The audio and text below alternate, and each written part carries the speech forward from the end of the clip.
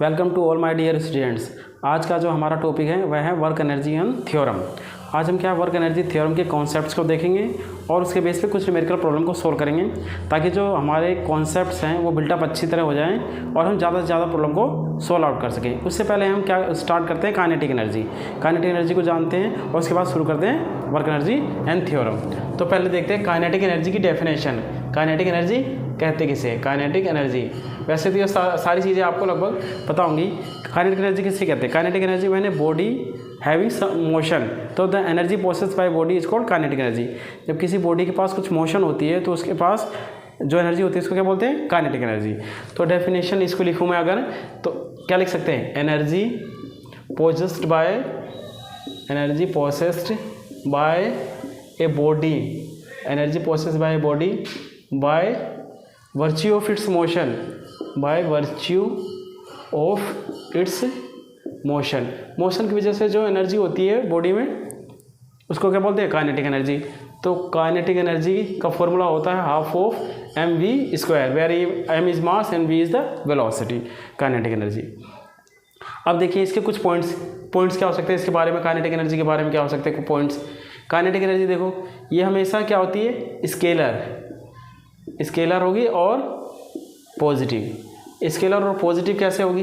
देखो जैसे हाफ क्या है? Positive value. मास क्या है? पॉजिटिव। वेलोसिटी क्या होगा? वी स्क्वायर को अगर हम देखें, जैसे काइनेटिक एनर्जी है के equal to half of M V square. इसमें देखो half positive, mass positive, V square को मैं कैसे लिख सकता हूँ? वी डॉट वी, और ये हमेशा क्या आएगा? पॉजिटिव स्केलर वैल्यू आएगी। वी डॉट वी क्या आएगी? स्केलर। इसलिए काइनेटिक एनर्जी क्या है? Positive scalar quantity. सेकंड, अगर मैं इसकी यूनिट देखो क्या होगी काइनेटिक एनर्जी की?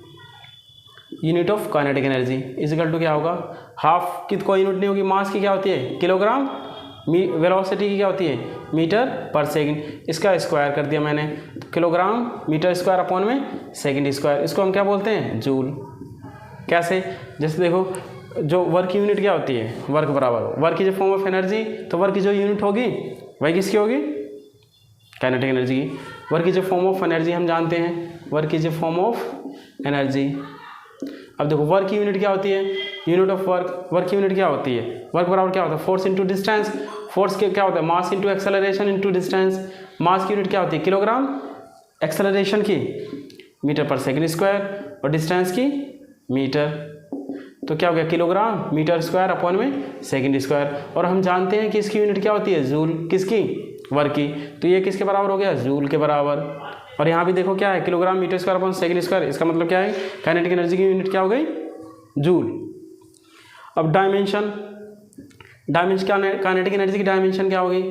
जो वर्क की डायमेंशन होती है, यहाँ से चेक भी कर निकालो। देखो वर्क की डायमेंशन क्या होती है? वर्क की डायमेंशन निकालो, फोर्स इंटू डिस्टेंस। फोर्स की डायमेंशन क्या होती है?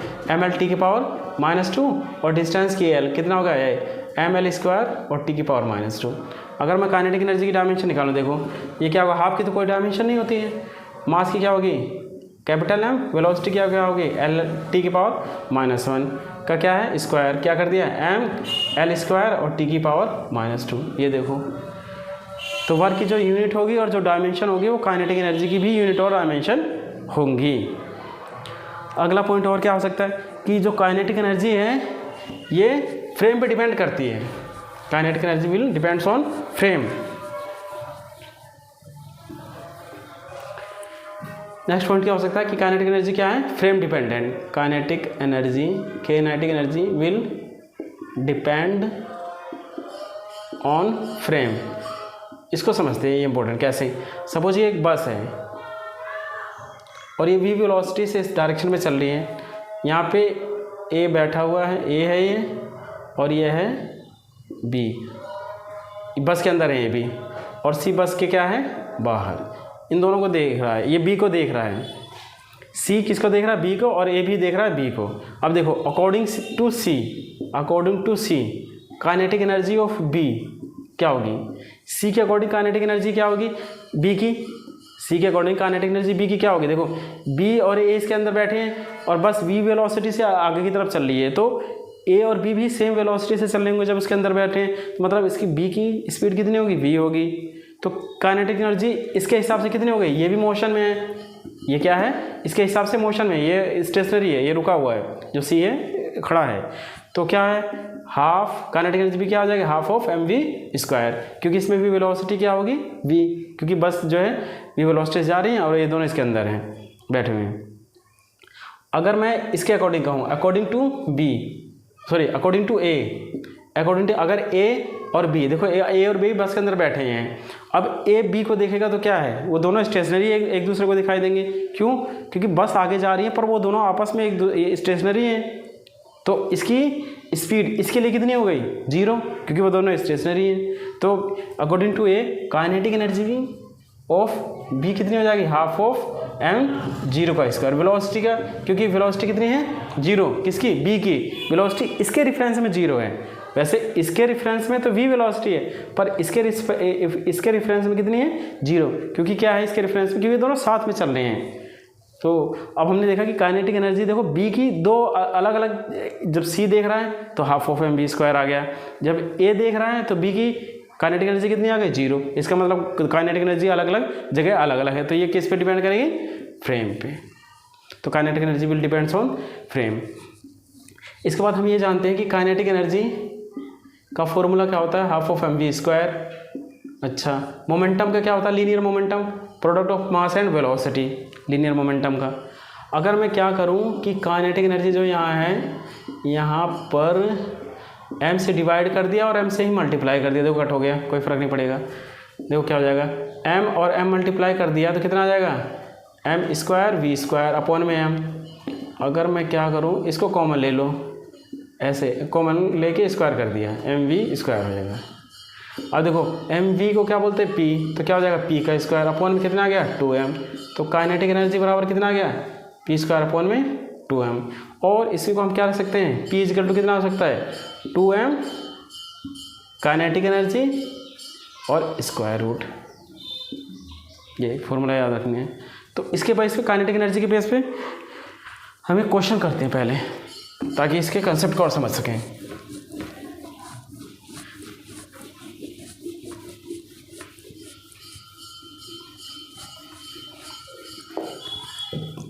क्वेश्चन हमारा है kinetic energy of a body, kinetic energy of a body increases by 21%। Kinetic energy of a body increases by 21%, किसी बॉडी की काइनेटिक एनर्जी किस परसेंट बढ़ जाती है, फाइंड परसेंटेज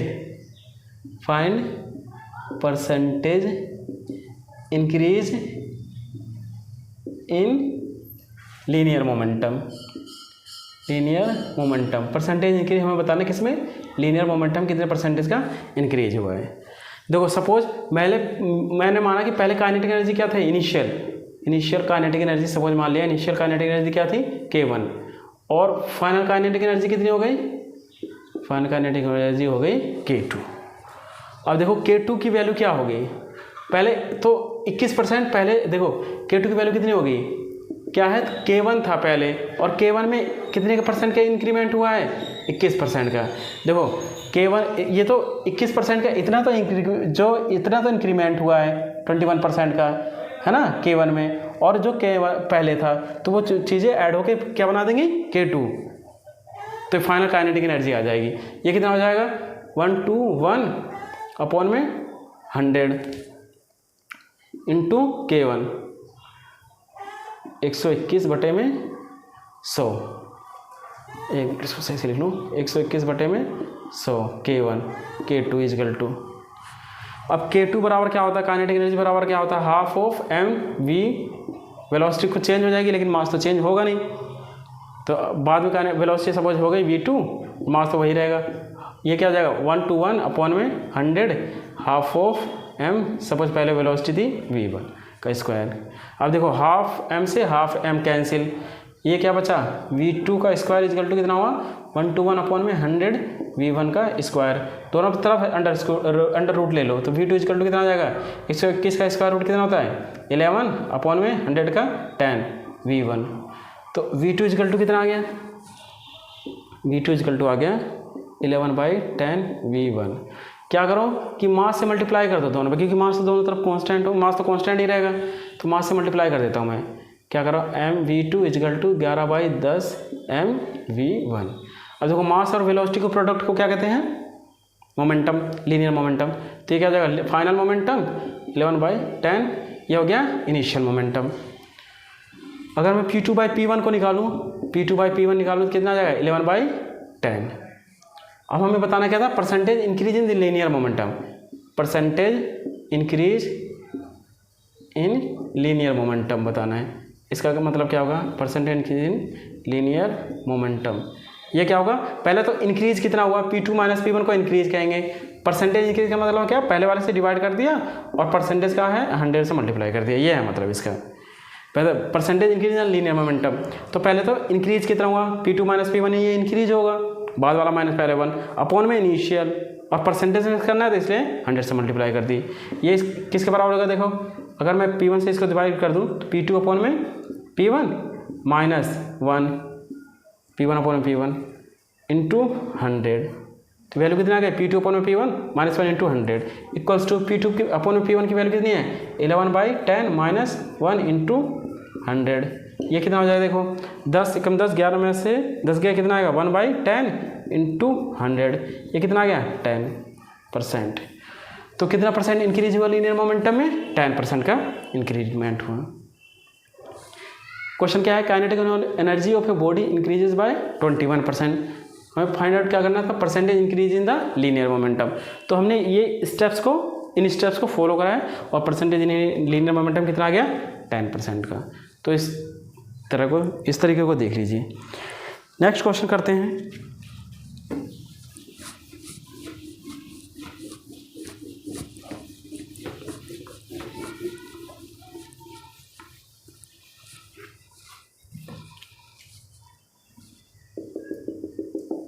ये एक ब्लॉक है जिसका मास कितना है 10 किलोग्राम, और इसको हम फोर्स 10 न्यूटन फोर्स से खींच रहे हैं, और ये जो सरफेस है, इनके कॉन्टैक्ट जो सरफेस है ये है स्मूथ, SMOOTH स्मूथ। देखो एक ब्लॉक है जिसका मास है 10 किलोग्राम, जो फोर्स अप्लाइड है 10 न्यूटन का, खींच रहे हैं हम इस डायरेक्शन में, और ये इनका और उनके जो कॉन्टैक्ट सरफेस है स्मूथ है, तो इनके बीच में कोएफिशिएंट फ्रिक्शन म्यू की वैल्यू 0 होगी, तो फ्रिक्शन फोर्स नहीं होगा, कुछ अपोजिंग फोर्स कुछ नहीं होगा, क्योंकि म्यू की वैल्यू क्या हो गई 0। तो हमें, हमारा क्वेश्चन क्या है, फाइंड आउट क्या करना है, find work done by force F, ये जो फोर्स F है, find work done by force F in 2 second. इसके दो पार्ट हैं, find out work done by force F in 2 second. Second part क्या है, also find out kinetic energy after AFTER after 2 second. देखो find out work done by force F in 2 second, मुझे force बताना है, work done बताना है force की वजह से, इस फोर्स की वजह से वर्क डन बताना है 2 सेकेंड के बाद में, after 2 second. Find out work done by force in 2 second या आफ्टर 2 सेकेंड, आफ्टर 2 सेकेंड। ठीक है, तो करते हैं। देखो वर्क बराबर क्या होता है, सपोज 2 सेकेंड के बाद जो ब्लॉक है यहाँ आ गया, आफ्टर 2 सेकेंड के बाद ब्लॉक यहाँ आ गया, और जो इसने डिस्टेंस ट्रेवल करी है, सपोज ये डिस्टेंस है यहाँ से यहाँ तक का डेल्टा एस है, 2 सेकेंड के बाद यहाँ आ गया है, यहाँ से चल के ये कहाँ आ गया, यहाँ पर आ गया। तो वर्क बराबर क्या होता है F.Δs। अब देखो फोर्स हम इस डायरेक्शन में लगा रहे हैं, डिस्प्लेसमेंट भी इसी डायरेक्शन में हो गया, तो इसको क्या लिखेंगे F.Δs cos 0। cos 0 क्यों, क्योंकि displacement and the force are in the same direction, they are acting in the same direction. तो फोर्स की वैल्यू कितनी है 10 इंटू डेल्टा एस, cos 0 की वैल्यू कितनी हो गई 1, तो 10 इंटू डेल्टा एस। W की वैल्यू कितनी आ गई 10 इंटू डेल्टा एस, डिस्प्लेसमेंट, ये जो डेल्टा एस है डिस्प्लेसमेंट है, लेकिन अभी मुझे वर्क डन बताना था, तो डेल्टा एस की वैल्यू नहीं पता है। अब डेल्टा एस की वैल्यू निकालो, तो ये जो ब्लॉक है इसमें फोर्स कितना लग रहा है 10 न्यूटन का, तो हम जानते हैं अप्लाइड फोर्स खाली यही है, तो फोर्स बराबर क्या होगा मास इंटू एक्सेलरेशन, और कोई रिटार्डिंग फोर्स नहीं है, तो फोर्स बराबर क्या हो जाएगा यही, इसी फोर्स की वजह से एक्सेलरेशन प्रोड्यूस होगा, इसी फोर्स की वजह से खाली एक्सेलरेशन प्रोड्यूस होगा। फोर्स कितना है 10 न्यूटन, मास कितना है 10 किलोग्राम इंटू ए, तो ए की जो वैल्यू आ गई वो कितनी आ गई 1 मीटर पर सेकेंड स्क्वायर। अच्छा, अब देखो हमारे पास हमें डिस्टेंस निकालना है डेल्टा एस। इनिशियल स्पीड क्या थी, ब्लॉक पहले स्टेशनरी था, यू की वैल्यू कितनी थी 0। हम क्या जानते हैं, हमें निकालना है डेल्टा एस। हमारे पास एक्सेलरेशन, तो फॉर्मूला कौन सा लगाएंगे, और इनिशियल स्पीड 0 है तो एस इजिकल टू कौन सा लगाएंगे, U T plus half of A T का स्क्वायर, क्योंकि टाइम की वैल्यू भी पता है 2 सेकेंड के बाद। एस इजिकल टू क्या हो जाएगा, यू की value 0 into T plus half of A की वैल्यू 1 इंटू टी की वैल्यू कितनी है 2 सेकेंड, 2 का स्क्वायर कितना हो गया 4, टी 2 का स्क्वायर, ये कितना आ गया हाफ ऑफ 2 का स्क्वायर हो गया 4, 2 दूनी 4, 2 मीटर। तो एस की वैल्यू कितनी आ गई 2 मीटर, जो मतलब डिस्प्लेसमेंट था डेल्टा एस की वैल्यू है, जो डेल्टा एस है ये डिस्प्लेसमेंट है, जो हमने यहाँ पे एस क्या रखा है वो कितना हो गया 2 मीटर। तो वर्क बराबर कितना आ गया 10 इंटू डेल्टा एस की वैल्यू कितनी आ गई 2, तो 10 और दूनी 20 क्या आ गया जूल। तो work done by force F in 2 से आफ्टर 2 सेकेंड कितना हो गया 20 जूल। ये तो फर्स्ट पार्ट था। Second part, find out kinetic energy after 2 second. इसी के नीचे कर लेता हूँ मैं, kinetic energy after 2 second. Kinetic energy after 2 second बतानी है तो वेलोसिटी पता होनी चाहिए। काइनेटिक एनर्जी बराबर क्या होता है half of M V square, इससे पहले इसलिए काइनेटिक एनर्जी वाला कंसेप्ट बताया गया था। तो वेलोसिटी निकालो यहाँ पे 2 सेकेंड के बाद, वी इक्वल टू क्या होगा you plus A T. Initial speed कितनी है 0 प्लस ए की वैल्यू कितनी है 1 इंटू टी बराबर 2, कितना आ गया 2 मीटर पर सेकेंड। कितना वी की वैल्यू कितनी आ गई 2 मीटर पर सेकेंड। तो kinetic energy after 2 second, kinetic energy after 2 second कितना हो जाएगा half of M V square equal to half of M की वैल्यू कितनी है 10 इंटू वी का स्क्वायर, 2 का स्क्वायर कितना हो गया 4, 2 दूनी 4 और 2 दूनी 20 जूल। तो काइनेटिक एनर्जी आफ्टर 2 सेकेंड कितना आ गया 20 जूल, और वर्क डन भी कितना आ गया 20 जूल। तो ये काइनेटिक एनर्जी के ऊपर प्रॉब्लम्स थी। अब करते हैं हम वर्क एनर्जी थ्योरम के कॉन्सेप्ट को पहले समझते हैं, फिर उसके बाद इस पर कुछ न्यूमेरिकल प्रॉब्लम को सोल्व करते हैं। वर्क एनर्जी थ्योरम,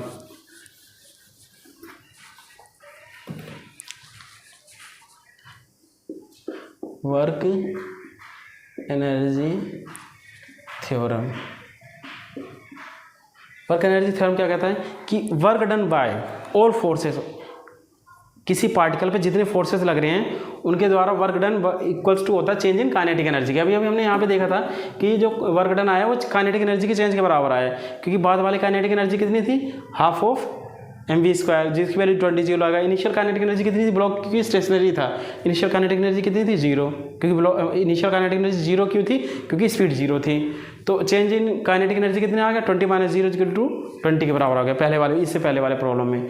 तो वर्क एनर्जी थ्योरम कहता है कि that work done by forces on a particle is equal to the change in kinetic energy. ये कहता है वर्क डन बाय और फोर्सेस, लिख लेता हूँ इसको statement, work done by all forces acting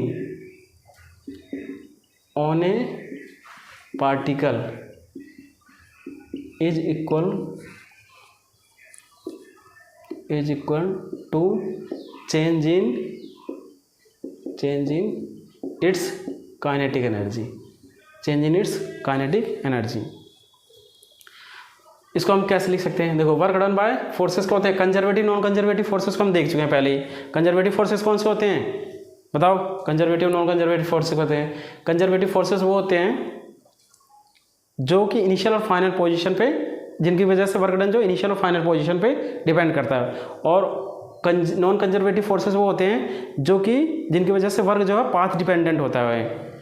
तो work done by conservative forces plus work done by non conservative forces और work done by pseudo forces equal to change in kinetic energy delta की। ये work energy theorem का statement है। अब हम जानते हैं कि अभी इससे पहले आगे भी देखेंगे कि work done by conservative forces ये होता है नेगेटिव हो चेंज इन पोटेंशियल एनर्जी के बराबर। Work done by conservative forces किसके बराबर होता है, नेगेटिव हो चेंज इन पोटेंशियल एनर्जी। तो अगर मैं इसको यहाँ लिखूँ माइनस डेल्टा यू इसकी जगह डब्ल्यू सी की जगह plus work done by non conservative forces plus work done by pseudo forces plus change in kinetic energy, change in kinetic energy है तो क्या कहा जाएगा work done by non conservative forces plus work done by pseudo forces equal to delta K plus delta you.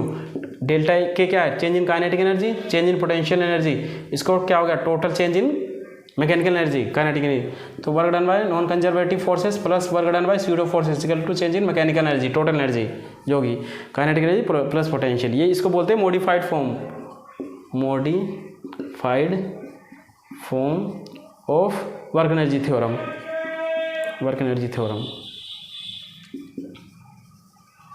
ये क्या है, modified form है work energy theorem का। हमें इसको ध्यान रखना, work done by conservative forces plus work done by non conservative forces, work done by pseudo forces is equal to change in kinetic energy. अब इसके बेस पे हम इस कॉन्सेप्ट के बेस पे प्रॉब्लम को कुछ सोल्व करते हैं, कुछ प्रॉब्लम्स लेते हैं और उनको सोल्व करते हैं।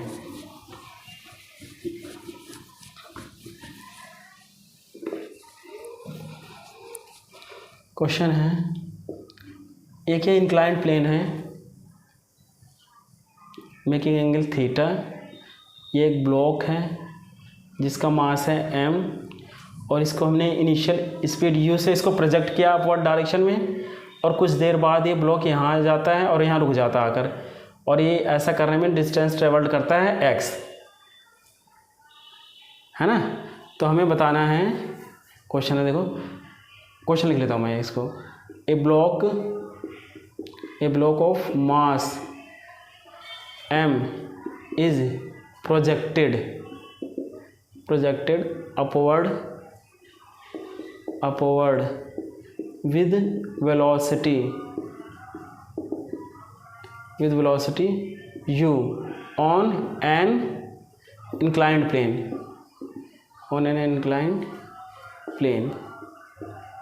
making an angle theta with horizontal। find, क्या करना है, find distance x traveled by block before stopping। मतलब x की वैल्यू बतानी है जब ये ब्लॉक स्टॉप हो जाएगा, है ना। एक ब्लॉक है, देखो देखते हैं, एक ब्लॉक है जिसका मास m है और कोएफिशिएंट ऑफ फ्रिक्शन यहाँ पे है म्यू।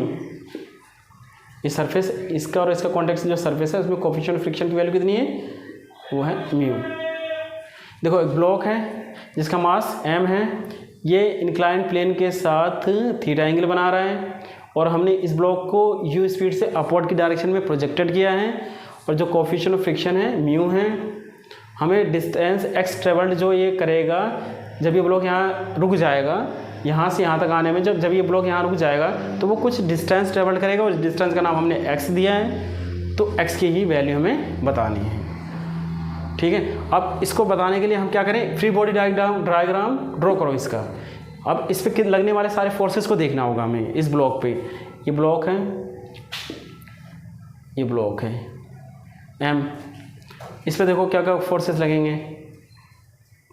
पहले तो वेट कहाँ काम करेगा, डाउनवर्ड mg। ये वाला कंपोनेंट कौन सा होगा, इसको दो कंपोनेंट mg को दो कंपोनेंट में तोड़ेंगे। ये एंगल हम जानते हैं ना कि अगर mg है, या ऐसे हम जानते हैं ना फ्री बॉडी डायग्राम में, अगर ये ब्लॉक मास m है, इसका mg हमेशा डाउनवर्ड काम करेगा, या एंगल थीटा अगर है तो ये क्या होता है, ये भी थीटा होता है। ये क्या होता है, mg cos थीटा, और ये वाला कंपोनेंट क्या हो जाता है, mg sin थीटा। ये जानते हैं, weight actually vertically acting vertically downward, ये एंगल थीटा, ये थीटा, mg cos थीटा, ये वाला mg sin थीटा। तो ये वेट क्या हो गया, mg, ये वाला कंपोनेंट कितना हो जाएगा, mg cos थीटा, और ये वाला कंपोनेंट कितना हो जाएगा, mg sin थीटा। अच्छा, block upward motion upward direction में हो रहा है तो फ्रिक्शन फोर्स इसकी डायरेक्शन किधर हो जाएगी, इस डायरेक्शन में, फ्रिक्शन फोर्स की डायरेक्शन। और इसके कॉन्टेक्ट में नॉर्मल रिएक्शन लगेगा, इस वाले प्लेन के नॉर्मल रिएक्शन लगेगा, कहाँ लगेगा, अपवर्ड डायरेक्शन में। नॉर्मल रिएक्शन लगा दिया अपवर्ड डायरेक्शन में। तो हमारे पास तीन फोर्सेस हैं, एक फ्रिक्शन फोर्स mg और नॉर्मल, ये तो हमने कंपोनेंट में तोड़ रखे हैं। तो देखो अब लिखो, वर्क डन बाय किसकी वजह से, gravity force plus work done by friction force plus work done by normal reaction equals to change in kinetic energy. देखो जब ब्लॉक रुक जाएगा तो स्पीड उसकी क्या हो चुकी होगी, 0, ठीक है। Work done by weight mg, अब देखो वर्क डन बाय वेट को हमने दो कंपोनेंट में तोड़ा है, mg cos थीटा और mg sin theta. mg sin theta देखो ये वाला कंपोनेंट क्या है, इस वाले कंपोनेंट की वजह से वर्क डन कितना होगा, mg sin थीटा, ये तो फोर्स हो गया इनटू डिस्टेंस कितने ट्रेवल करेगा ये x, और यहाँ मल्टीप्लाई करेंगे -1v, क्यों, क्योंकि देखो ये वाले फोर्स और डिस्प्लेसमेंट की डायरेक्शन कितनी है, अपोजिट डायरेक्शन में, इसलिए यहाँ क्या करेंगे माइनस से मल्टीप्लाई करेंगे, तो mg sin theta into x,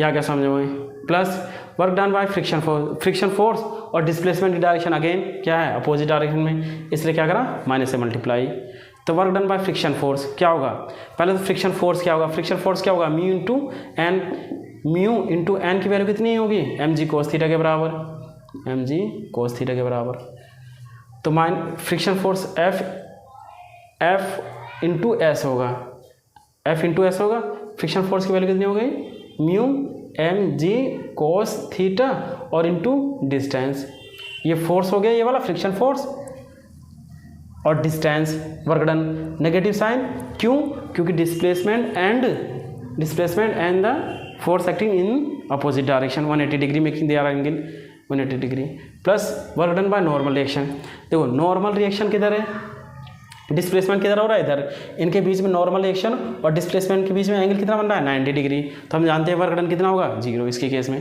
क्योंकि cos 90 की वैल्यू कितनी होगी 0, इज इक्वल टू क्या होगा change in kinetic energy, final minus initial, final kinetic energy कितनी हो जाएगी half of M V square, 0 का square minus half of M U का स्क्वायर, फाइनली ये क्या हो जाएगा minus M G sine theta, इसको ऐसे लिख लो, एक्स को आगे ले आओ, M G minus M G X sine theta minus mu M G X cos theta equals to ये वाला component 0 equals to minus half of M U square. अच्छा अब देखो इस माइनस से माइनस सारे कैंसिल हो जाएंगे, तो क्या बचेगा ये M G X sine theta plus mu M G X cos theta equal to half of M U square. हमें क्या बताना था डिस्टेंस एस ट्रेवल्ड, तो एस की वैल्यू बतानी है, तो एस को निकालो यहाँ से कॉमन, तो एस क्या आ जाएगा देखो एम जी, ठीक है, एक काम और कर सकते हैं, एम से एम को कैंसिल कर सकते हैं, दोनों तरफ एम है, तो यहाँ क्या बचेगा जी एक्स, यहाँ भी जी एक्स, तो एक्स को मुझे एक्स की वैल्यू निकालनी है, तो एक्स को निकाल लो कॉमन, एम से एम कैंसिल कर दिया, एम को कॉमन निकाल के, या फिर ऐसे करो पहले एम को कॉमन ही ले लो, एम जी यहाँ से एक्स को ले लिया, एक्स एम जी जो कॉमन आ रहे हैं बाहर निकाल लिया, एम जी एक्स ये आ गया, यहाँ क्या बचेगा साइन थीटा प्लस, ठीक है, यहाँ क्या बचेगा म्यू कोस थीटा, दोबारा देखो एम जी एक्स कॉमन आ गए, यहाँ क्या बचा sine theta plus mu cos theta is equal to half of M U square. अब m से तो m कैंसिल हो गया, ठीक है, अब x की वैल्यू कितनी आ गई, x बराबर आ गया यू स्क्वायर अपॉन में 2g sign theta plus mu cos theta, तो ये डिस्टेंस ट्रेवल्ड करेगा block just before stopping, stop होने से पहले ये ब्लॉक इतनी डिस्टेंस ट्रेवल करेगा। तो ये कॉन्सेप्ट हमने इस्तेमाल किया है वर्क एनर्जी थ्योरम वाला, work done by gravity force, work done by friction force plus work done by normal reaction, और तो कोई फोर्स इस पे लग नहीं रहे हैं। इसको आप लोग एक बार नोट डाउन करिए, तब तक मैं इंक भर लेता हूँ 1 मिनट।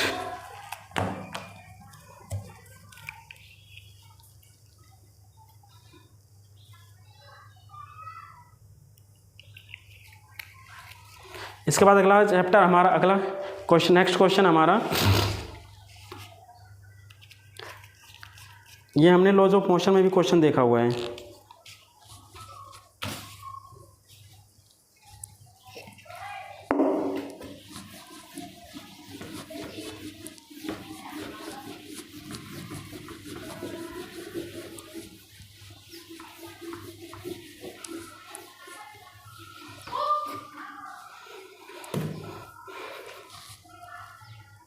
पुली वाला जो प्रॉब्लम होती है, ये पुली है, इससे हमने स्ट्रिंग से 2 ब्लॉक अटैच कर रखे हैं, एक ब्लॉक है, ये दूसरा ब्लॉक है, इसका मास m1 है और इसका मास है m2, और हमें दिया रखा है कि जो m2 का मास है वो ग्रेटर है m1 से, और इनिशियली दोनों सिस्टम रेस्ट पे थे।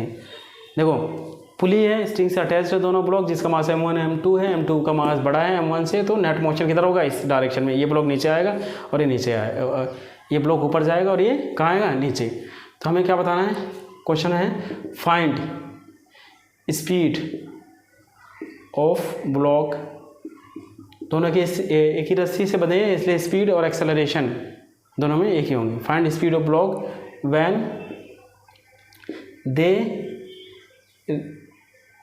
व्हेन दे रीचेस, या कवर करो, when they cover A distance of x distance जब वो कवर करते हैं। अब देखो क्या होगा, ये वाला जो ब्लॉक है नेट मोशन कहाँ होगा, इधर की तरफ, इसके लिए डाउनवर्ड, ये अपवर्ड होगा। अगर ये जो ब्लॉक है, ये वाला ब्लॉक अगर ये यहाँ पे आया तो इसने कितनी एक्स डिस्टेंस कहाँ करी, डाउनवर्ड हो गया। ये नीचे गया ना, यहाँ से यहाँ तक आया डाउनवर्ड डायरेक्शन में। ये कह रहे हैं कि ना क्वेश्चन में क्या है कि स्पीड बतानी है जब ये एक्स डिस्टेंस कवर करते हैं, मतलब ये एक्स डिस्टेंस अगर ये नीचे जाता है तो ये वाला जो ब्लॉक है ये कहाँ जाएगा, एक्स डिस्टेंस ऊपर जाएगा। यहाँ से यहाँ तक कवर कितनी डिस्टेंस करेगा, एक्स डिस्टेंस ये ऊपर जाएगा, और ये एक्स डिस्टेंस कहाँ आएगा, नीचे आएगा। हमें क्या बताना है, स्पीड बतानी है। तो अब देखो, अब इसमें कितने फोर्सेस लग रहे हैं। एक इस वाले का अगर मैं फ्री बॉडी डायग्राम ड्रॉ करूँ, ये पुली है, ये m2 हो गया और ये हो गया m1। एक मिनट, ये m2 और ये हो गया m1। देखो ये सपोज कुछ देर बाद यहाँ आ जा रहा है, m2 यहाँ आ गया, डिस्टेंस कितनी ट्रेवल करी इसने, x डाउनवर्ड डायरेक्शन में, इस डायरेक्शन में, और कुछ देर बाद ये वाला ब्लॉक जो है यहाँ चला गया, इसने भी डिस्टेंस s ट्रेवल करी, ये अपवर्ड गया, और ये कहाँ आया, डाउनवर्ड डायरेक्शन में। तो वेट इस वाले के लिए वेट कहाँ काम करेगा, वर्टिकली डाउनवर्ड। वेट की वैल्यू कितनी होगी, वेट की वैल्यू कितनी होगी, m2g, और इसके लिए ये भी वेट कहाँ काम करेगा, वर्टिकली डाउनवर्ड, m1g। और जो टेंशन है देखो, वर्क हमने बताया था कि work done by internal tension, work done by internal tension is 0। इससे पहले की क्लास में हम ये चीज़ देख चुके हैं, work done by internal tension is equal to 0। अब हमारे पास दो फोर्स थे बचे, एक ये वाला और ये work done by internal tension की वजह से, तो वर्क डन यहाँ पे जो टेंशन होगी यहाँ टेंशन सेम होगी, तो इसकी वजह से वर्क डन और इसकी वजह से वर्क डन दोनों आपस में एक दूसरे को कैंसिल कर देंगे। तो वर्क डन बाय, तो हम इसको कैलकुलेशन में लेंगे ही नहीं, तो हम किसको लें, इसको और इसको। तो क्या लेंगे, वर्क डन बाय दिस वाले फोर्स की वजह से, work done by weight m2 की वजह से plus work done by weight m1 की वजह से, इक्वल्स टू किसके बराबर होगा, चेंज इन काइनेटिक एनर्जी के बराबर। अच्छा, work done by weight m2, देखो वेट क्या होगा, m2 इंटू जी, फोर्स ही वेट होगा, और देखो फोर्स कहाँ काम करेगा, डाउनवर्ड डायरेक्शन में, और डिस्टेंस कहाँ है, डाउनवर्ड डायरेक्शन में, तो पॉजिटिव लेंगे क्योंकि cos 0 होगा यहाँ पे, cos 0 की वैल्यू आएगी ना, क्योंकि डिस्प्लेसमेंट और फोर्स क्या है, सेम डायरेक्शन में है। तो वर्क बराबर क्या होता है, F डॉट डेल्टा एस, तो यहाँ डेल्टा एस की F डॉट क्या होता है, वर्क बराबर F डॉट डेल्टा एस, तो F into delta S, F यहाँ क्या है, m2g है, into delta S into cos 0 क्यों, क्योंकि force and displacement are in the same direction. तो कितना होगा, m2g into S, distance travel कर रहा है, और इंटू cos 0 1, इसको लिखते हैं। और इस वाले केस में क्या हो जाएगा, 180 होगा, क्योंकि इसमें जो देखो वेट तो डाउनवर्ड डायरेक्शन में, डिस्प्लेसमेंट अपवर्ड डायरेक्शन में है, इसलिए वहाँ यहाँ पे cos 180 डिग्री हो जाएगा। तो इसकी वजह से वर्क डन क्या होगा, फोर्स कितना हो गया, m2g डिस्टेंस x, प्लस इसकी वजह से वर्क डन कितना होगा, माइनस, क्यों, क्योंकि force and displacement are in opposite direction, making an angle of 180 degree, and cos 180 degree is equals to -1। तो कितना हो जाएगा, m1 जी इंटू एक्स, ये फोर्स, ये डिस्टेंस, ये माइनस क्यों, 180 वजह से, equal to change in kinetic energy final minus initial.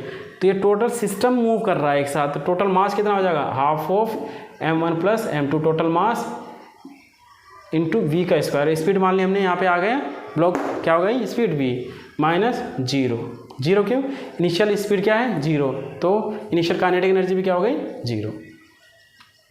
अब ये लिखो, इसको लिखो, क्या हो जाएगा m2g x minus m1 g x is equal to क्या हो जाएगा, half of m1 plus m2 और v स्क्वायर। हमें क्या बताना था, speed of the block, speed की वैल्यू कितनी जगह v है। देखो क्या करो, यहाँ से gx को कॉमन ले लो, m2 माइनस m1 gx, अब ये 2 इधर जाएगा मल्टीप्लाई में आ जाएगा, अपॉन में क्या आ जाएगा m1 प्लस m2, और इसका हमने कर दिया स्क्वायर रूट, और ये वैल्यू आ गई v।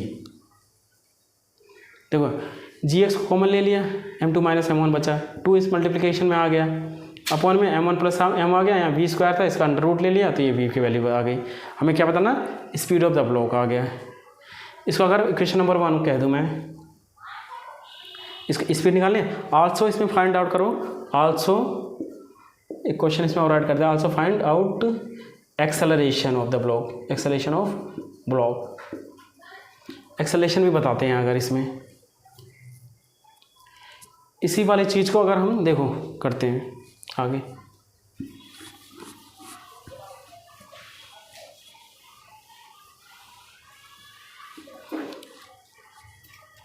इस वाले को देखो, मैं अगर यहाँ पे लिखूँ m2g x minus m1g x equals to क्या है, half of m1 plus m2 और v स्क्वायर। अब हमें और क्या निकालना है, एक्सेलरेशन ऑफ द ब्लॉक भी निकालना है। तो कैसे निकालेंगे, देखो इसको करो differentiate with respect to x, differentiate with respect to x, देखो क्या हो जाएगा, m2g x का डिफ्रेंशिएशन कितना हो जाएगा 1 माइनस m1g x का differentiation 1 is equal to half of m1 plus m2, ये कि इसका डिफ्रेंशिएशन कितना हो जाएगा 2v आगे आ जाएगा dv by dx, chain rule लग जाएगा ये, ठीक है। अब क्या करो, m2 माइनस m1g को ले लिया हमने बाहर, इजिकल टू क्या बचा, हाफ ऑफ m1, देखो 2 से 2 कैंसिल, m1 हाफ कैंसिल हो गया, ये 2 से 2 कैंसिल, क्या बचा m1 plus m2 into m1 plus m2 into v dv by dx। अच्छा अब देखो v dv बाई dx क्या होता है, इसको चेक करते हैं क्या होता है ये, हम जानते, इसको इधर लिखो, एक्सेलरेशन बराबर देखो क्या होता है, dv by dt rate of change of velocity equals to, अगर मैं यहाँ पे करूँ dv बाई dt है, dx से ऊपर और dx से नीचे मल्टीप्लाई कर दिया, देखो dv, इस वाले को इधर ले जाओ, इसको इधर ले जाओ, dv अपॉन में dx कर दिया इंटू ये तो dx था, ये देखो dt इधर आ गया, देखो dv एक्सेलरेशन बराबर क्या होता है, dv by dt rate of change of velocity equal to acceleration, dx से ऊपर नीचे मल्टीप्लाई कर दे, कोई फर्क नहीं पड़ेगा, कट गया, dx को इधर ले जाओ, dt को इधर ले जाओ, तो dv अपॉन में dx हो गया और dt यहाँ आ गया, तो dx यहाँ बचा। अब dx बाई dt क्या है, वेलोसिटी कहते हैं हम, और dv बाई dx, तो एक्सेलरेशन का दूसरा फॉर्म क्या हो गया, v dv बाई dx, क्योंकि dx rate of change of displacement को क्या बोलते हैं, वेलोसिटी। v इजिकल टू क्या होगा, dv by dx, v into d by d x is equal to also acceleration, तो v dv बाई dx किसके बराबर हो गया, एक्सेलरेशन के बराबर। तो यहाँ पे अगर मैं लिखूँ, ये क्या हो गया, m2 minus m1 into g is equal to क्या हो जाएगा, m1 plus m2 into acceleration, ये पूरा टर्म किसके बराबर हो गया, एक्सेलरेशन के बराबर। तो a बराबर कितना आ गया, देखो m2 माइनस m1 जी अपॉन में m1 प्लस m2, ये एक्सेलरेशन हम पहले भी निकाल चुके हैं लॉज ऑफ मोशन में, जब पुली वाली प्रॉब्लम सोल्व करी थी, तो एक्सेलरेशन बराबर क्या आया था इस ब्लॉक का, m2 माइनस m1 इंटू जी अपॉन में m1 प्लस m2, और ये हमने किससे भी निकाल लिया, वर्क एनर्जी थ्योरम से भी।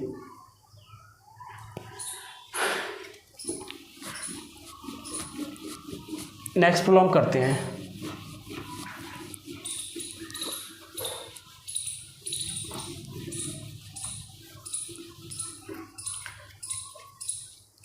सपोज ये एक रोड है जिसका मास है 5 kg और इसकी जो लेंथ है 1 मीटर है। ये टोटल लेंथ है जो रोड की 1 मीटर है। अब इस वाली रोड को हम ले गए हैं, हमने यहाँ पे कुछ लगाया फोर्स, इस डायरेक्शन में हॉरिजॉन्टल डायरेक्शन में फोर्स लगाया, अप्लाइड किया इसमें फोर्स F, ठीक है। अब इस वाले को हम ले गए हैं यहाँ इस वाली पोजीशन पे, इंक्लाइन पोजीशन इस वाले डायरेक्शन में यहाँ पर, और इसने एंगल यहाँ बनाया 60 डिग्री का। फोर्स देखो, ये रोड थी, पहले इनिशियल कंडीशन ये थी जिसका मास क्या है, रोड का मास कितना है 5 kg, लेंथ है 1 मीटर। और इसके बाद हमने जब इस पर फोर्स अप्लाइड किया तो ये जो फोर्स अप्लाइड करने के बाद ये जो रोड है ये इंक्लाइन पोजीशन पे ऐसे ये ऊपर पहुंच जाएगी ना ऐसे, तो यहाँ पर पहुंच गई। अब मुझे बताना है find out work done by F applied, force F applied. इस फोर्स की वजह से जो वर्क डन करना हुआ है उसको बताना है हमें। तो इसका फ्री बॉडी डायग्राम ड्रॉ करते हैं इस रोड का। पहले पॉइंट 2 नाम दे दिया, ये रोड है हो गई,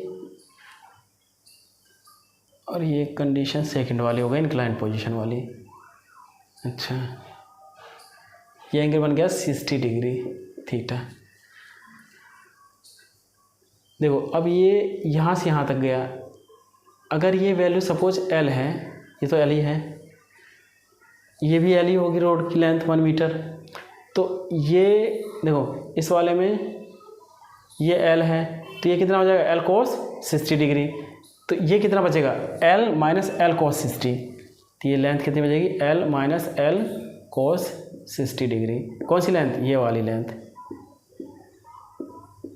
इसको मैं नाम अगर A पॉइंट दे दूं और इसको B, तो AB बराबर कितना बचेगा L minus L cos 60 degree.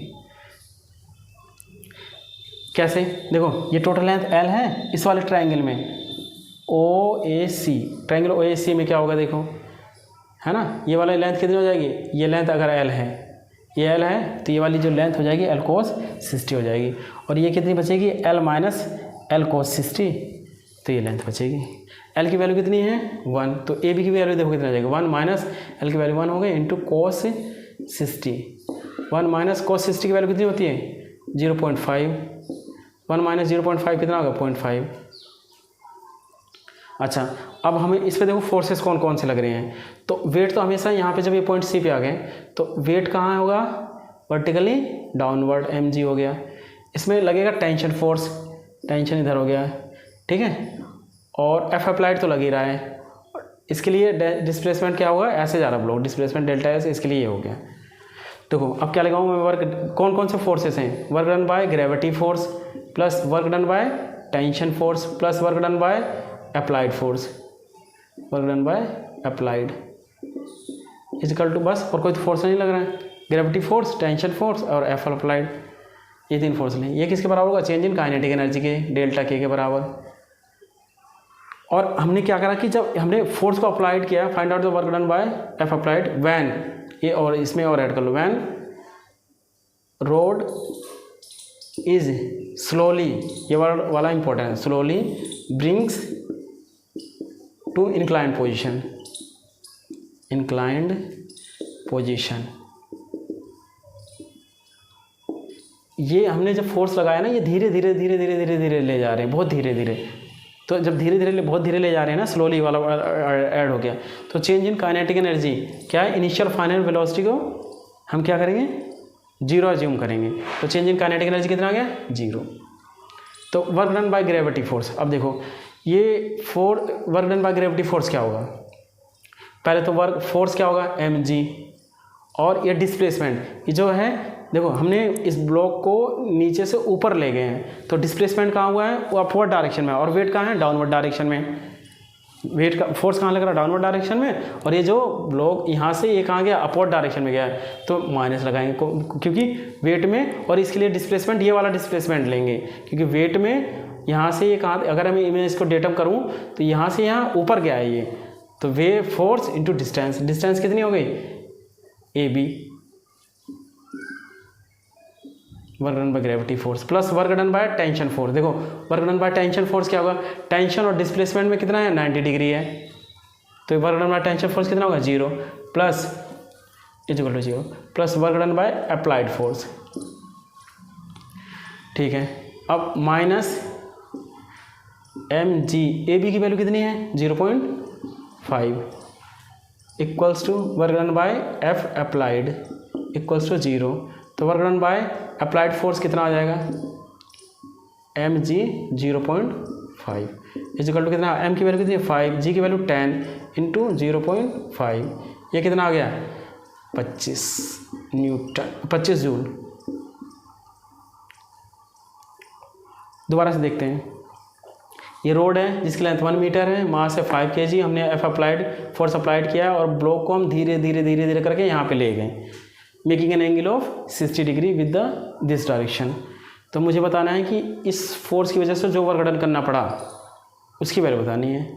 अब ये टोटल लेंथ 1 मीटर है, मास 5 kg है, तो ये वाली value L minus L cos 60 होगी, जिसको हमने सोल्व किया 0.1 आ गया। तो वर्क डन इस पर लगने वाले, अब यहाँ पे लोग पहुँच गए, इस पर लगने वाले फोर्सेस को देखो कौन कौन से फोर्सेस है, तो उन फोर्सेस की वजह से वर्क डन निकालेंगे। फोर्स कौन कौन से, टेंशन फोर्स है, वेट है और एफ अप्लाइड की वजह से जो फोर्स होगा, एफ अप्लाइड जो फोर्स वर्क होगा एफ अप्लाइड की वजह से, इसकी वजह से कितना, इस फोर्स की वजह से कितना वर्क करना पड़ेगा। तो वेट, इसको नेगेटिव साइन हमने क्यों लिया था, क्योंकि वेट हमेशा वर्टिकली डाउन वर्क कर रहा है और ये यहाँ से ऊपर गया है, अपवर्ड डायरेक्शन में मोशन हुआ है, तो इसलिए नेगेटिव को क्योंकि वेट और डिस्प्लेसमेंट ऐसे हैं अपवर्ड डायरेक्शन में, तो इसलिए मेकिंग देगा 180 डिग्री एंगल बना रहे हैं, इसलिए cos 180 की वैल्यू -1 हो गई, इसलिए माइनस ए बी, इसलिए डिस्प्लेसमेंट इसके लिए इतना हो गया। Work done by tension, tension और डिस्प्लेसमेंट कितना है 90 डिग्री, इसलिए cos 90 वैल्यू 0, तो work done by tension force equal to 0। Work done by applied force, इनको सोल्व कर लिया और वैल्यू कितनी आ गई 25 joule. Work done by applied force कितना हो गया 25 जूल। इसको अब एक बार आप लोग इसको नोट करिए, फिर आगे करते हैं, इसको नेक्स्ट प्रॉब्लम्स को सोल्व करते हैं फिर।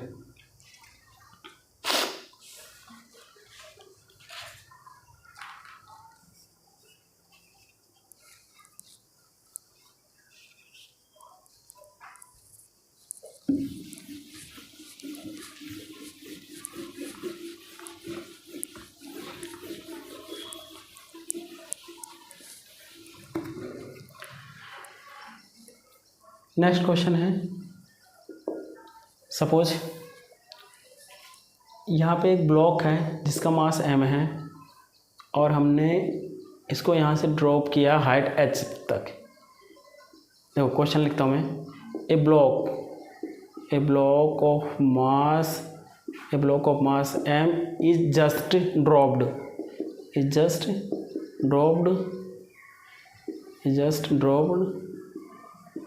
फ्रॉम हाइट h, इस हाइट से हमने इसको ड्रॉप किया है ब्लॉक ऑफ मास m को, है। Its speed is root gh, its speed is root gh before striking the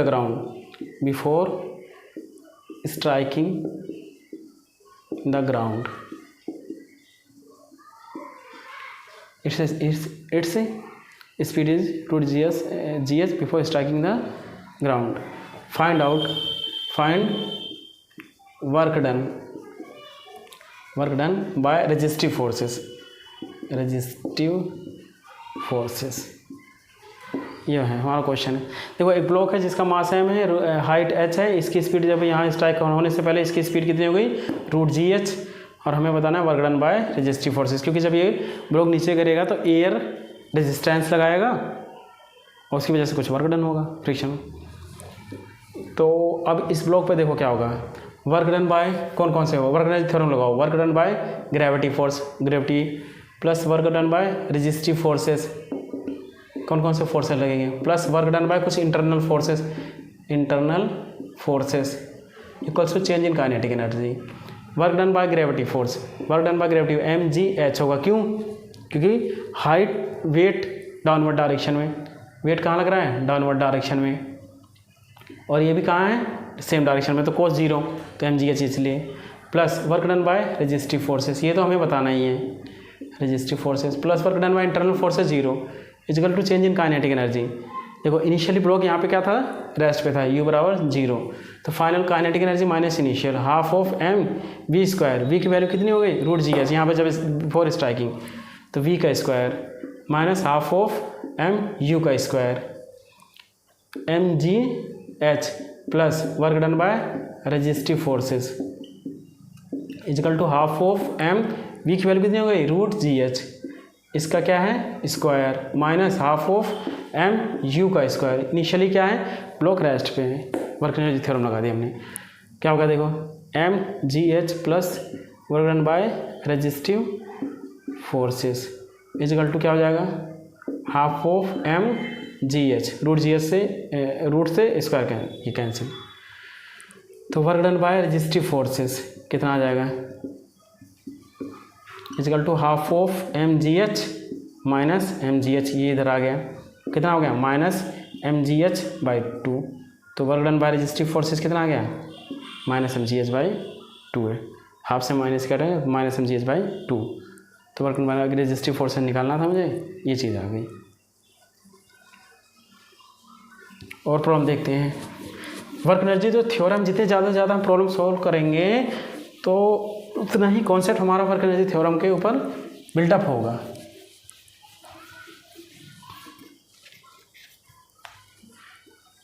एक क्वेश्चन है ये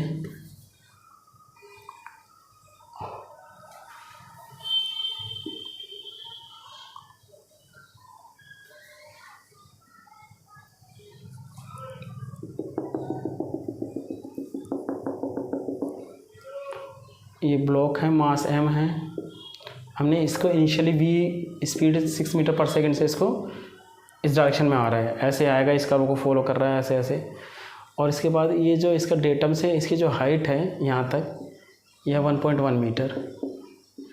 अच्छा, इसके बाद ये block suppose D distance travel करने के बाद ये रुक जाता है ब्लॉक, यहाँ अप हिल पे, ये अप हिल है ये डाउन हिल है, अप हिल पे डिस्टेंस डी ट्रेवल करने पे रुक जाता है, और जो कोफिशिएंट ऑफ फ्रिक्शन है म्यू की वैल्यू जो है वो 0.6 मीटर है,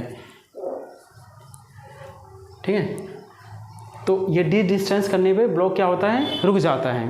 देखो क्वेश्चन को देखते हैं, ब्लॉक है जिसका मास है इनिशियल स्पीड इसकी 6 मीटर पर सेकेंड है, ये इस कर्व को ऐसे फॉलो करता है, फाइंड हमें करना है डिस्टेंस डी, ये जो डिस्टेंस डी है फाइंड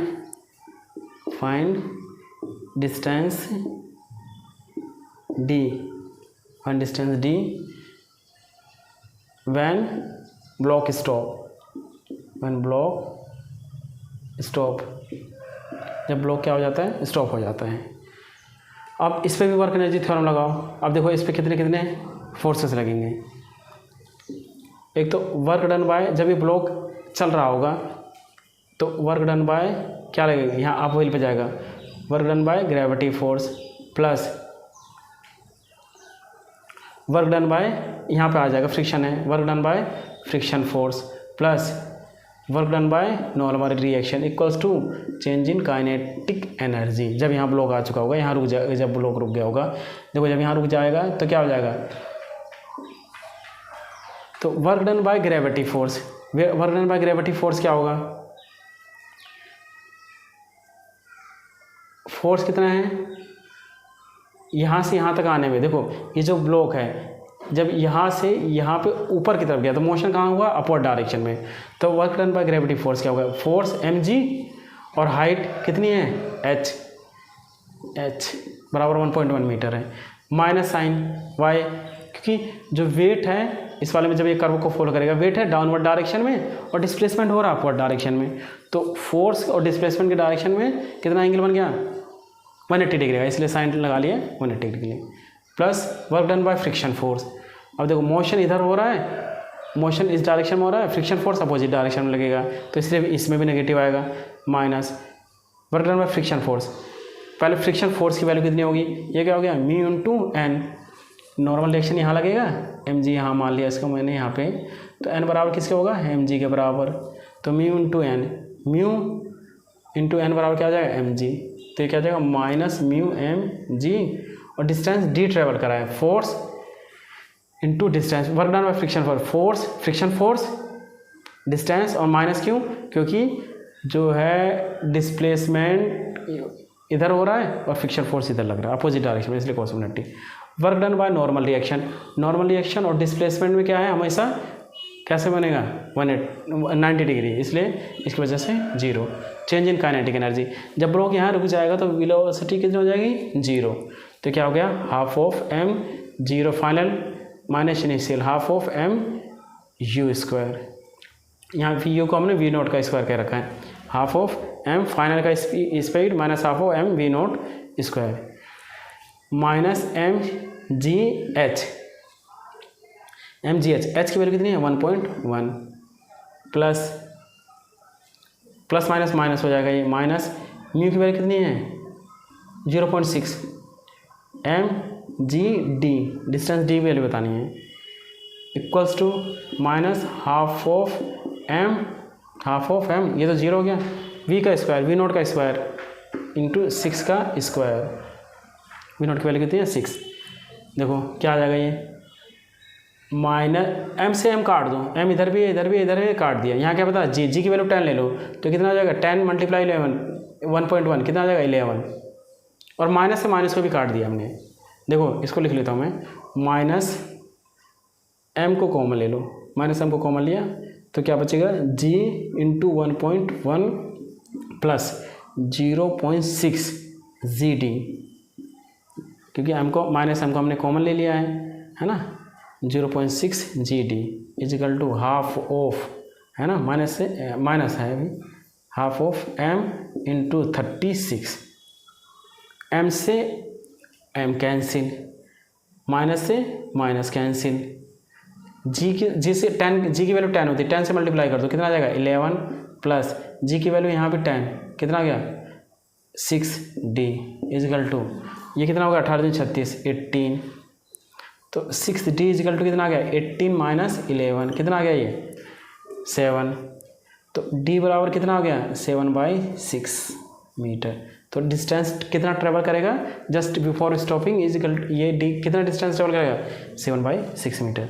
एक बार दोबारा देखते हैं इसको, ब्लॉक है जिसका मास m था, मास तो हमें वैल्यू मास की वैल्यू इसलिए नहीं दे रखी थी क्योंकि मास की यहाँ रिक्वायरमेंट नहीं पड़ी, स्पीड ये v0 इजिकल टू 6 मीटर पर सेकेंड से ये चल रहा है ब्लॉक, तो डिस्टेंस d बताना है व्हेन ब्लॉक स्टॉप्स, यहाँ जब आके अपहिल पे जाएगा, जब ये ब्लॉक अपहिल पे जाके स्टॉप हो जाएगा, तो हमें फोर्सेस इस पर क्या क्या लग रहे हैं, ग्रेविटी फोर्स लगेगी, फ्रिक्शन और नॉर्मल रिएक्शन, तो ग्रेविटी फोर्स अपहिल में जब जाएगा अपवर्ड, यहाँ से इस वाले रेफरेंस से ऊपर गया है तो वेट डाउनवर्ड और मोशन कहाँ हुआ अपवर्ड, तो 180 डिग्री आएगा, इसलिए फोर्स इंटू डिस्टेंस, डिस्टेंस को ऐसे ले लिया, नेगेटिव लिया क्योंकि 180 डिग्री बन रहा है एंगल, cos 180 की वैल्यू -1, सेम फॉर्मूला यहाँ, क्योंकि जो फ्रिक्शन फोर्स है इधर, डिस्प्लेसमेंट इधर, फ्रिक्शन फोर्स इधर, डिस्प्लेसमेंट इधर, तो इसलिए cos 180, तो force friction force into distance और -1, नॉर्मल रिएक्शन की 0 plus half of final stop हो गया 0 minus half of E note का स्क्वायर, और इसको सॉल्व किया तो d इक्वल टू कितना आ गया 7/6 मीटर। तो ये एक क्वेश्चन और कर लेते हैं हम, क्वेश्चन तो करते जानना है, जितने ज़्यादा क्वेश्चन करेंगे उतने ज़्यादा कॉन्सेप्ट बिल्डअप होंगे, लेकिन यहाँ पे क्या है टाइम लिमिट है, टाइम बाउंडेशन है, इसलिए ज़्यादा प्रॉब्लम को हम सॉल्व नहीं कर सकते हैं। सपोज ये एक स्प्रिंग है, जो स्प्रिंग कांस्टेंट की वैल्यू है 800 न्यूटन पर मीटर, और हमने इसको इससे अटैच कर रखा है, यहाँ पर एक ब्लॉक है जिसका मास है 0.1 kg, और इसकी हाइट जो यहाँ से है यह है 4 मीटर। देखो एक ब्लॉक है जिसको मास ये स्लाइड डाउन कर रहा है नीचे की तरफ, ब्लॉक है जिसका मास है 0.1 kg, यहाँ से यहाँ तक की हाइट कितनी है 4 मीटर, और के जो स्प्रिंग है, स्प्रिंग कांस्टेंट की वैल्यू कितनी है 800 न्यूटन पर मीटर। फाइंड आउट हमें क्या करना है, find maximum compression, find maximum compression in the spring, हमें मैक्सिमम कंप्रेशन बताना है स्प्रिंग में। तो क्या होगा देखो, यहाँ पे जो एनर्जी होगी, टोटल एनर्जी कितनी होगी, mgh, हाइट कितनी है 4 मीटर, और इसकी पोटेंशियल एनर्जी कितनी होगी जब ये मैक्सिमम कंप्रेशन हो जाएगा, हाफ ऑफ kx²। ये जो टोटल एनर्जी इसको मैक्सिमम कंप्रेस करने में तो लगाएगी, जो टोटल एनर्जी होगी इसको कंप्रेस करने की। x यहाँ पे क्या है, मैक्सिमम कंप्रेशन, x क्या है यहाँ पे, मैक्सिमम कंप्रेशन। हम potential energy of the spring ये जानते ही हैं। तो m की वैल्यू कितनी है 0.1, g 10, h की वैल्यू कितनी 4 इक्वल्स टू हाफ, k की वैल्यू कितनी 800 इंटू x²। देखिए तो कितना हो जाएगा 2 इंटू, देखो 2 इधर आ गया, 0.1 into 10 into 4, 2 into 0.1 into 10 into 4 upon में 800, और इसका मैंने क्या लिया स्क्वायर रूट, और ये किसके बराबर आ गया x के। देखो फिर क्या आएगा, ये कितना हुआ 4 दूनी 8, और इससे कट दिया हमने तो कितना आ जाएगा पॉइंट, क्या करो 4 दूनी 8 और इससे काट दिया 0.1 इंटू 10 अपॉन में 100। देखो 4 दूनी 8, 8 से ये 8 काट दिया तो 100 बचेगा, 0.1 इंटू 10 अपॉन में 100। अब इससे भी क्या करो, इस पॉइंट को हटाओ और यहाँ का रख रहा है 10, इस 10 से ये कैंसिल, तो कितना आ जाएगा 1/100 क्या मीटर, क्योंकि ऐसा यूनिट में है सब चीज़ें। मैक्सिमम कंप्रेशन कितना आ गया 1/100 मीटर। और इसको अगर हमने, सॉरी 1/100 नहीं 1/10 मीटर, स्क्वायर रूट 1/100 का स्क्वायर रूट कितना आएगा 10, 1/10 मीटर। अगर मैं इसको क्या करूँ, मीटर में है 100 से मल्टीप्लाई कर दूँ, किस में आ जाएगा सेंटीमीटर में, तो कितना आ गया 10 से 0 10 सेंटीमीटर। तो maximum compression in the spring कितना आ जाएगा 10 सेंटीमीटर। तो ये सारे कुछ ये प्रॉब्लम्स थे किसके ऊपर, वर्क एनर्जी थ्योरम के ऊपर। और भी आप प्रॉब्लम्स को सोल्व करिए और कमेंट सेक्शन में जाकर बताइए कि आपको जो कॉन्सेप्ट है ये समझ में आया है कि नहीं। तब तक आप अपने और अपनी फैमिली का ध्यान रखिए। Thank you and bye bye.